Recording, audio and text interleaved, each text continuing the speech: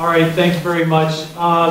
Okay, so you've been in the city, so we heard the history. Around 1990, the large cities started having to do stuff with MS4. Our actual stormwater story in Philadelphia goes back to 1968. Does anybody know why that's significant in Philadelphia? It's actually critical. It's actually a very critical thing that happened in 1968 that makes what we're doing now possible. No, actually, the streets department didn't want to clean the inlets anymore. And what happened was they said, we don't want to deal with stormwater inlets, they're a pain in the butt. Water department, you take it. At that point, we got the ability to create a stormwater authority because we're a city of first class. And we were able to get around the hurdle that most municipalities have in Pennsylvania. And why I want to say this is, I feel for a lot of municipalities tackling stormwater right now. We started in 1994, I started in 93, and we really didn't know what the heck to do about stormwater. We didn't understand what it was about. And when you get a bunch of engineers in a room and say, how do I fix stormwater? How do I clean up the pollution coming out of the end of the pipes? They say, let's cut down all the trees in the park and build these really big tanks in the park to clean up the stormwater. And that was our original thought in 1994. And we said, you know, that doesn't seem to make sense, because we actually had some biologists and planners and community people in the room talking to each other, and they said, I don't think that makes sense. And so we said, okay, let's think about this again. And we spent a lot of time learning. But I feel for the municipalities, because that would be like in Philadelphia managing stormwater by neighborhood. With every neighborhood making their own decisions, running it through a different thing, having their own trucks, having all their own different things. And there is an economy of scale, but it's also because in 1968 we had that ability to create stormwater authority. What happened was we actually started charging in the bills, the water and sewer bill you get in Philadelphia. There was actually a separate charge that was identified back then. It didn't show up on your bill per se when we printed it out. We do now. But it had always been there since 1968. And so there was a separate stormwater utility form. We are a water, wastewater, and stormwater utility in Philadelphia. Our stormwater utility is a $120 million a year utility. And that deals with our combined sewer program as well as our MS4, which is about 40% of the city's MS4, 60% is combined. We've been doing a lot of work since 1994, both wet weather programs, to figure out how to deal with stormwater. And so we came up with the Green City Clean Waters program. And by having a stormwater utility, it can finance, it can go out for bonds to pay for the infrastructure for these things. And you can do innovative things. So for example, in Philadelphia, if you're a resident and you own a building or house, you're going to pay, a normal residential homeowner is going to pay about $10 a month for stormwater on their stormwater charge. But if you're a commercial, or let's call it non-residential, commercial or business property owner, even a school, you're going to pay for the stormwater bill based on the amount of impervious area of your property and how big your property is. Not a very popular program when we started it, believe it or not, because people that had a lot of faith in it weren't very happy. It took us, in 94, they said that would be a good idea. Our customers, some of them who had small properties but big meters, were getting charged a lot because they had a big meter, but they had a very small building. Other people had 10 acres of ground with a 5/8" meter serving a toilet in the building, but the rest was storage, and they weren't paying anything. So we're paying very small amounts. So by readjusting how we billed for stormwater, and I say readjusting because it was revenue neutral, we shifted around how that billing went based on your impervious area in the city for non-residential properties. Some people went from $5,000 a month to $20 a month. Some people went from $20 a month to $10,000 a year. Not extremely popular for some people. So that was the first thing we did. And in order to do that, it does take time. To set that program up and do it, it took us the better part of 15 years to get the GIS technology right, the billing approaches right, and then we added in an incentives program. And we said, if you manage the first inch of stormwater on your property, we'll give you up to 80% off on your stormwater bill. And everyone thought we were crazy because, hey, no other city in the country is giving that kind of credit. What are you trying to do, bankrupt us? And we found businesses taking advantage of it very quickly. And now what we even do is we offer a incentive program or a grant where people can apply for around $100,000 an acre of pavement to get grant to manage the stormwater on their property and then get that credit off of their bill. We've given out $25 million in grants for that incentives program for properties and people that have applied. That was one way. So we created one bookend. So that one bookend was billing people for stormwater and making it a billable commodity, creating something there. And we actually have a program online. And you can go online in Philadelphia and you can see every property, how much their bill was before and how much it is now. It's out there for the public to see. You can go and check any property in Philadelphia, and I'll give you, if you contact me or go on our website, phillywatersheds.org, you can probably find that very quickly. It's our storm parcel viewer. The other part to this that we said for the other bookend was we also had regulations for development.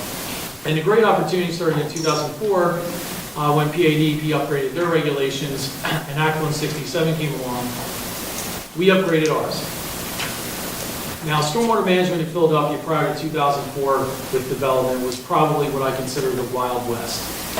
If the sheriff was in town, you got caught. If the sheriff wasn't in town, we had no idea what was going on. In fact, when we started the program, we'd catch people just driving bulldozers, bulldozing acres of ground, and they didn't think they needed any state, federal, or local permits. In 2004.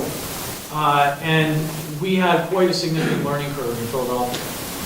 And we went through a lot in 2004 to 2006 when we implemented those regulations where we made every developer, whether it's new development or redevelopment, if you disturb some places 5,000, some in the Wissahickon area it's pretty much any disturbance because of the Wissahickon zoning overlay, which has been a boom since the 70s. And in most of Philadelphia it's 15,000 square feet or about 5 dwelling units. You disturb that much, we're making you manage stormwater. And you're saying, well, what does that do? Well, that first inch of rainfall can't come off. If you discharge to a small stream, you have to do channel protection, which is even more hard because you have to release at a slower rate. And then we have to deal with flooding. So what we've seen is, since 2010 to 2015, people have been trying to do this in a very innovative way. We've watched the green roofs in Philadelphia triple from 2010 to 2015. We have 111 green roofs covering 25 acres in the city and another 67 on the way. We have almost 50 acres of porous pavement throughout the city. We are building porous pavement streets. We have 2 blocks of porous pavement streets in the city. I have another 25 blocks ready to go out for construction. We also have, in addition to that, we are also leading, when there's other than bookends, the other part of the stool is we're leading by example in the city. So whenever we do projects, we're making sure that stormwater is included in our program whenever we look at what we're doing, so that we can also, as a city, make sure that we lead by example. And so a good example of this is, you might have seen a bunch of work happening along Wise's Mill, along Valley Green, and along Bell's Mill Creek, and even up a Cathedral Run up in the back of the area beyond the Andorra Shopping Center. And this is actually part of our TMDL compliance, working with the state. We try to figure out what to do. Instead of cutting down all the trees and building a huge tank, which we thought of in 1994, which was a really great idea, at 64 locations. Because that's how engineers think about it, right? And I'm an engineer, so I can joke about it. So the funny thing is, we said, where's this sediment load coming from? And we said, so we put out about 1,000 bank pins and looked at where the sediment and erosion was coming from and how much was coming out of the outfalls. And we realized that about 90% of the sediment we were detecting was actually eroding from the stream banks and not coming from the stormwater outfalls. And then when you look at the stream banks, they're they're not very good. If you're a critter living there, you don't want to live there. If you're a person that lives and wants to hike along the creek, you don't want to hike there. It's making the roads fall in, the trails damaged, all those other things. And we have infrastructure in there. So how do we think about this differently? And so we got the biologists and planners and people together, and a couple engineers, not too much. And we said, okay, how do we come up with a way to do this? And the word geomorphology came up, which is a big fancy word for managing the energy of the stream. And so we started what I call the Field of Dreams program, which is when build it, they will come.